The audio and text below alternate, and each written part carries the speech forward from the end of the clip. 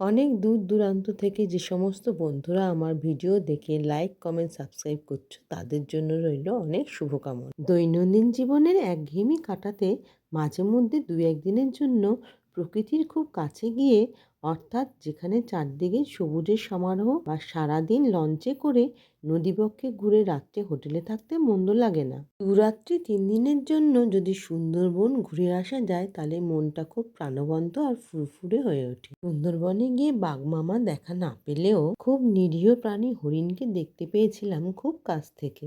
হরিণকে দেখতে পাওয়ার তারস্বরে উত্তেজনার প্রকাশ হরিণকে ঘন জঙ্গলে ঢুকতে বাধ্য করেছিল।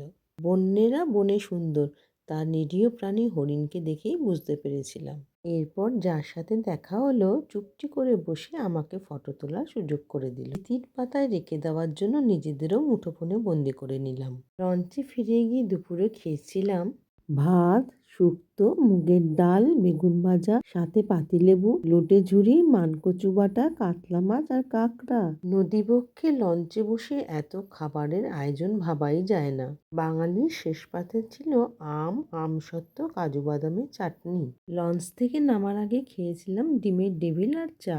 খুব কাছ থেকে সূর্যাস্ত দেখে এবার চললাম হোটেলের দিকে। এতক্ষণ আমার সাথে থাকার জন্য তোমাদের অসংখ্য ধন্যবাদ জানাই। ভালো লাগলে অবশ্যই সাবস্ক্রাইব করো। আরে, রাতের খাবারটা শুনে যাও। রাতে ছিল ফ্রাইড রাইস, চিলি চিকেন আর স্যালাড। আমাদের লঞ্চ এমভি লা ফিয়েস্তা ছিল সবার থেকে আলাদা। ২ রাত ৩ দিনের সুন্দরবন যাত্রা ও রাতে O2 রিসর্টে থাকা আমাকে প্রচুর অক্সিজেন দিয়েছে।